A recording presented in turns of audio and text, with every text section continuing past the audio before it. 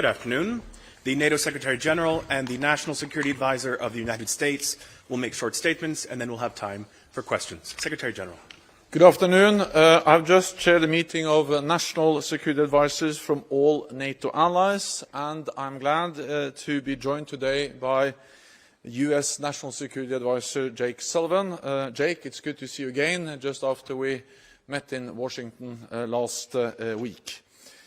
In our meeting today, NATO allies discussed our preparations for the Washington summit in July, including Ukraine, deterrence and defense, and the growing challenge posed by China.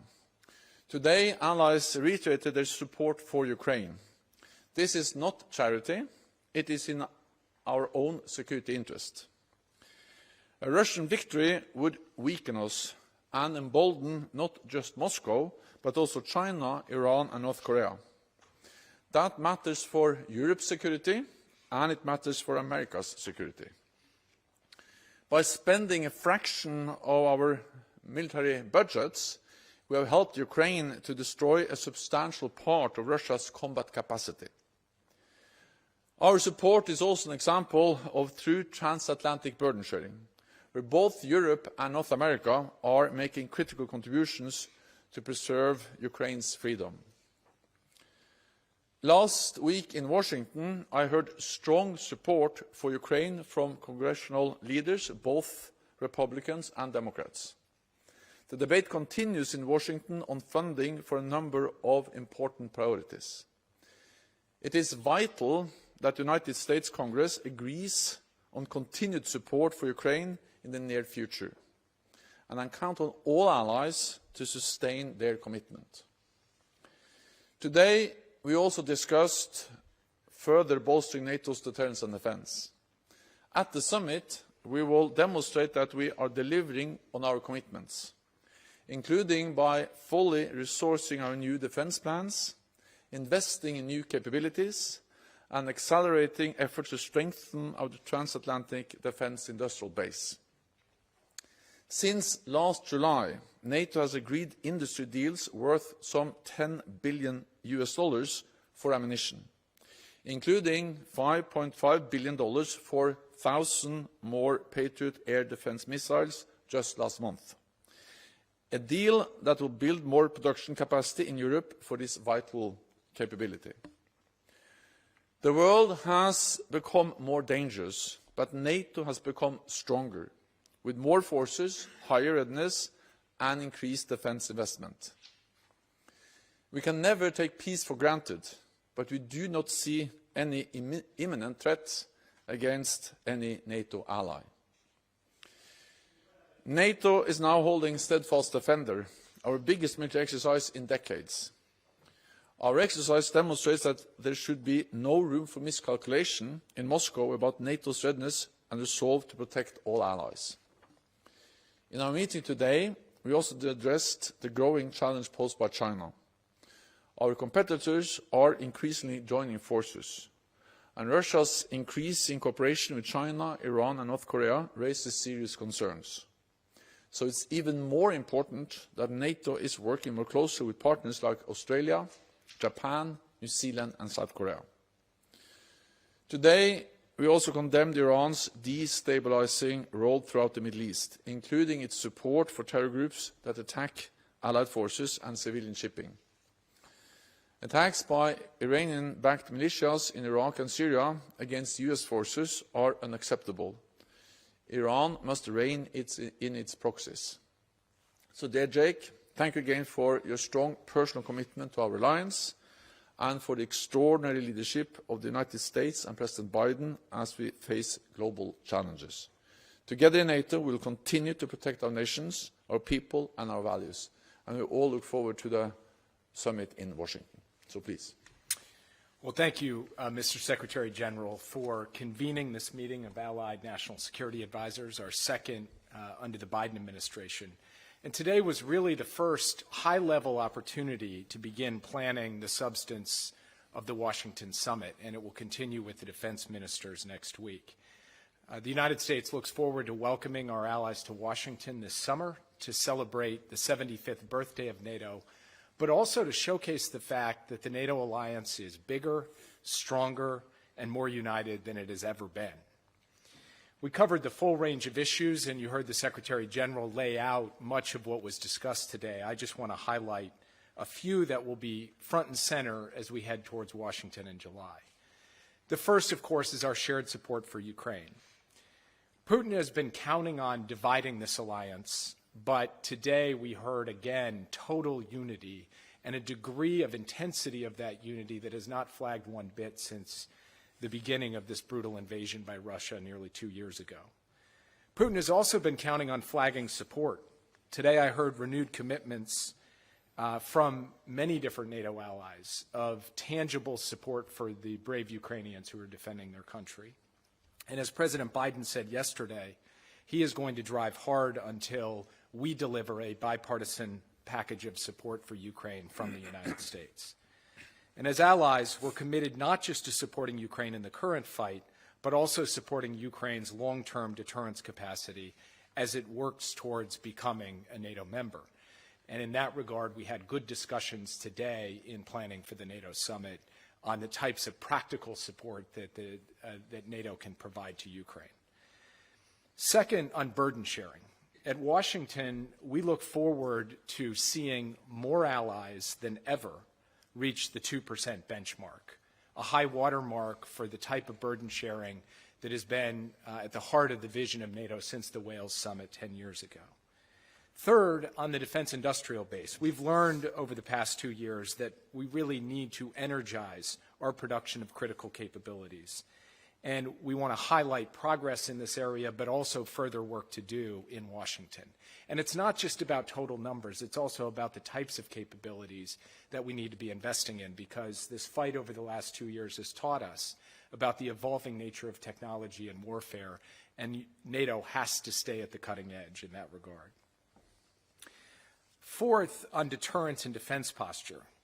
At Vilnius last year, we developed as an alliance new regional plans, and by Washington, we need to demonstrate that those plans are executable, and we discussed today the steps necessary to ensure that happens, including things like the Steadfast Defender exercise the Secretary General referenced. Then there's the deepening ties with our Indo-Pacific partners. This is not about bringing NATO to Asia. It is about working together with like-minded partners in the Indo-Pacific on challenges that really transcend geography, cyber, economic security, nuclear proliferation, and yes, the evolving interconnections between Russia, China, Iran, and North Korea, among other issues.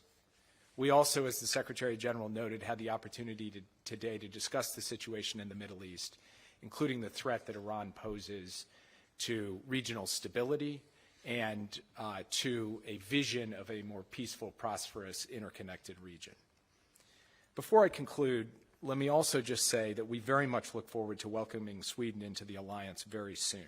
It's past time that they join as the 32nd member, and we look forward to welcoming them as the 32nd member when we welcome all of the other allies in Washington this summer. So, Mr. Secretary General, let me just say we are so much looking forward to the Washington summit. We see the vibrancy, the vitality, the dynamism in this alliance. We saw that on display today. We see that on display every day as we support Ukraine, as we stand up to Russian aggression, as we deal with the myriad challenges facing our alliance on a 360-degree basis. And with that, let me turn it back to you. Thanks very much. We'll go to questions, starting with Bloomberg in the middle here in the front, please. Natalia Drozdyak from Bloomberg. Thank you so much for this question. Mr. Sullivan, what's the plan B for Washington's support for Ukraine? We've heard repeatedly in the last few weeks and months that from the White House that this package would eventually get through Congress, but it keeps failing.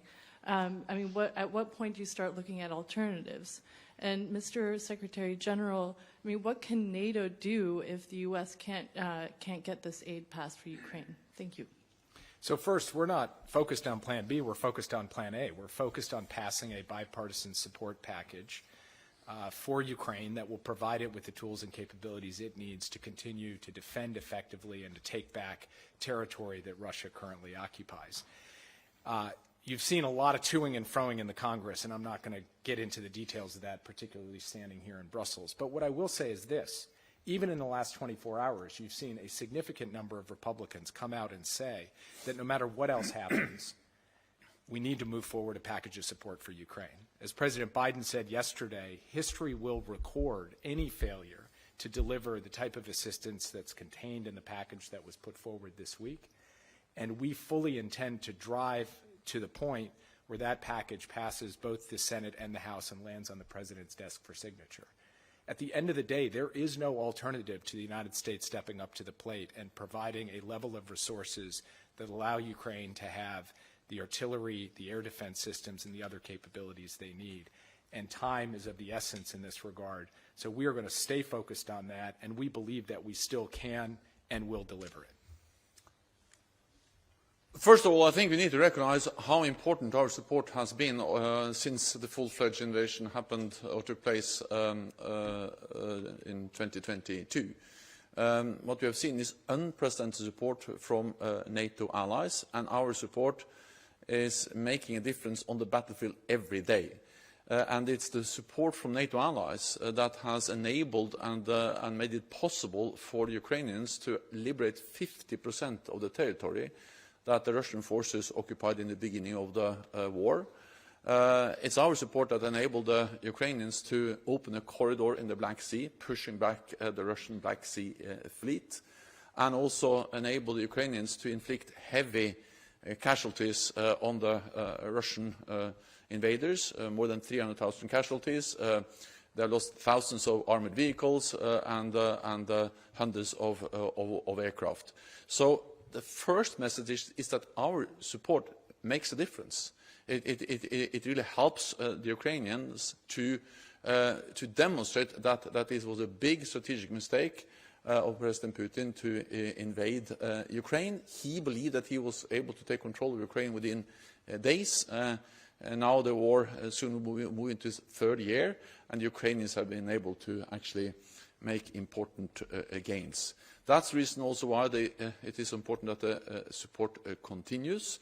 And as National Security Adviser Jake Sullivan just said, we are focusing on Plan A, and that is that all allies continue to support Ukraine. This is truly a joint effort by Europe and North America. We actually see burden sharing within the alliance when it comes to support to Ukraine, and I expect the U.S. to make decisions in the near future to continue to support Ukraine. Next question is Reuters in the second row, please.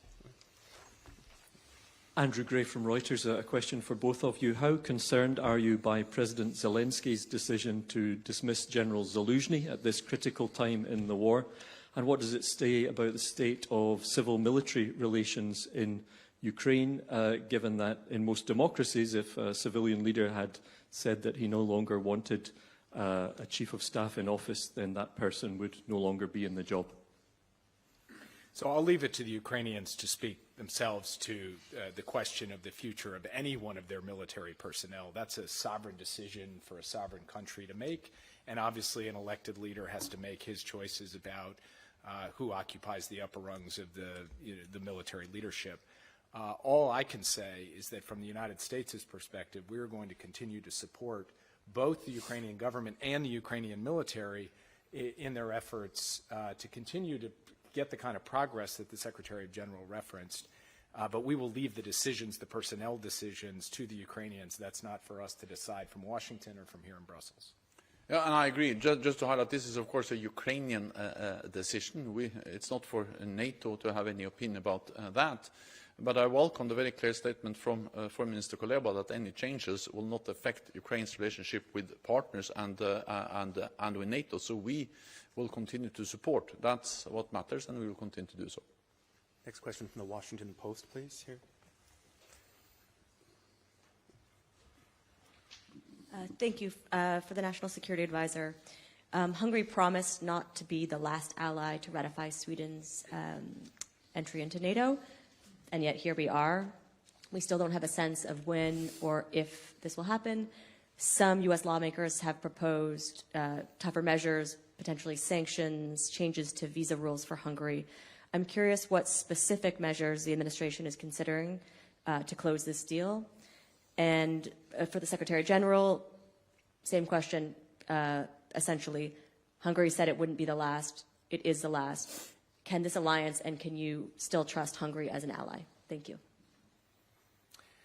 So first, in the session today with the National Security Advisors, we heard security advisor after security advisor say that it's past time for Sweden to get in, and to directly address the representative from Hungary to say, indeed, they are the last, and it's a matter of credibility and obligation that they take the necessary steps to complete the parliamentary process so that NATO can, in fact, welcome Sweden as the 32nd member. We see a path forward for that. Of course, we're staying in close consultation with Sweden, who sees a path forward for that. So I'm not going to stand here today and make particular threats or speculations about steps we would take down the road. But of course, our patience on this can't be unlimited either. So we'll continue to watch it carefully, but hope that there is a constructive resolution to this issue in the very near term. I spoke with Prime Minister Erdogan a few days ago, and he made it very clear that he strongly supports Swedish membership of the alliance. It is also clear that the Hungarian parliament is not in session now, but they will reconvene at the end of February. And the message was that soon after that they will make a decision on ratification of Sweden. So I expect that Sweden will be a full member in the near future. We have to remember that what we have seen since February 2022 is one of the fastest accession processes in NATO's history. Finland and Sweden applied in May 2022. Already in July, they were both invited. Then Finland became a full member in April last year, and I expect then Sweden to be a member very soon. That demonstrates that NATO is not only getting stronger, but NATO is also getting bigger. Finland already a member, and Sweden very soon. Time for just one or two more. We'll go to the Telegraph, please, here in the second row. Thank you. Joe Barnes from the Daily Telegraph. To National Security Advisor, Tucker Carlson is about to broadcast an interview with Vladimir Putin. We know Tucker Carlson is highly critical of US Western support for Ukraine. What are you going to do to be countering the message that he puts out at a time when you have your own struggles with Congress and there's lots of sort of doubt amongst Western political bodies, parliaments, over whether we should carry on supporting Ukraine in the long term? And then I guess one for both of you. Ukraine this week's announced a standalone drone force, which puts an emphasis on unmanned and unconventional capabilities. NATO and its allies have been focused on ramping up production for conventional warfare, so artillery shells and air interceptors, etc. Are we capable of now moving that to support Ukraine's wishes to create a sort of a drone-led army? Thank you. Just to your second question, and very interested to hear what the Secretary General has to say as well, but I mentioned in my opening comments that moving our defense industrial base forward has to be about just traditional production of the basics like 155 artillery shells, but it also has to be about the modern technologies that we are seeing adapt and evolve on the battlefield in real time in this war. A few weeks ago, I hosted at the White House a series of technology companies in the United States who are working on unmanned aerial systems, counter UAS systems, and other advanced technologies and technological capabilities that could be relevant to the future of warfare and that have to be part of the planning and the posture of the United States and of the NATO alliance. We have confidence that we have all the tools necessary to do this. We are on the technological cutting edge. We have the best companies in the world, and we have public-private partnerships that can do this work. Now it's a matter of getting all of that integrated and moving it forward. But I believe that that can be done and should be a central priority, as I noted in my opening remarks. With respect to this interview, we've heard voices in the United States, in Europe, elsewhere around the world, casting doubt or casting aspersions on our collective support for Ukraine from the day this war started, in fact, even before this war started. And we have consistently made the case about why standing up and supporting Ukraine is in the fundamental national security interest of the United States and of the transatlantic alliance. And I believe that we have continued to prevail in that argument, that the vast majority of the American people see the merit in that, and a strong bipartisan group of senators and representatives have continued to support Ukraine and continue to believe in that. So we're going to stay the course, and we're going to continue to point out that walking away from Ukraine at this moment, at this time, would be fundamentally wrong from the point of view of our basic national security in the United States and for our NATO allies as well. And we think we will continue to win that argument because we have the truth on our side. I welcome the efforts to modernize the Ukrainian armed forces in the midst of a war of aggression by Russia against Ukraine. And that includes, of course, everything they do to invest more and to produce more drones. These efforts are conducted with the support of NATO and NATO allies. I think it also demonstrates the importance of working with Ukraine to ramp up also their industrial base, because this is now a war of attrition, and a war of attrition becomes a war of logistics, and then it depends very much on the production capacity, also when it comes to modern systems, like, for instance, drones. Then I think we need to remember that drones have played an important role throughout this war, and the NATO allies have also provided support throughout the war.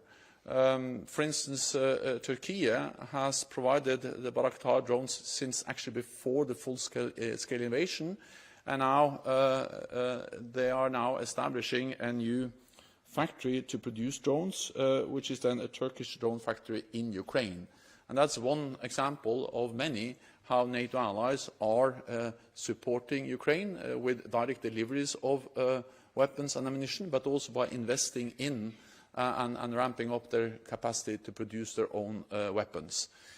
Lastly, I think that we need to recognize that the war in Ukraine is a challenge because it is a combination of kind of First World War trench warfare combined with modern technology from the 21st century, including drones. And that's exactly the challenge that we are then addressing together with Ukraine by providing support to them. Time for one final question. We'll go to Fats in row 4, please. Thanks a lot for this. Thomas Kutschka with Frankfurter Allgemeine Zeitung. I have a question to both of you. There's an ongoing debate here in Europe whether European nations are doing enough in terms of military support for Ukraine. Clearly, those at the eastern flank are spending much more, both in absolute numbers and also in share of their GDP than nations in the south. So many people in this city point to, for instance, as France, Spain, and Italy as not spending enough. How do you view this, and would you be in favor of setting a percentage of GDP for military support in favor of Ukraine? Thank you. From our perspective, the overall picture of Allied burden sharing and Allied contributions to Ukraine looks quite healthy.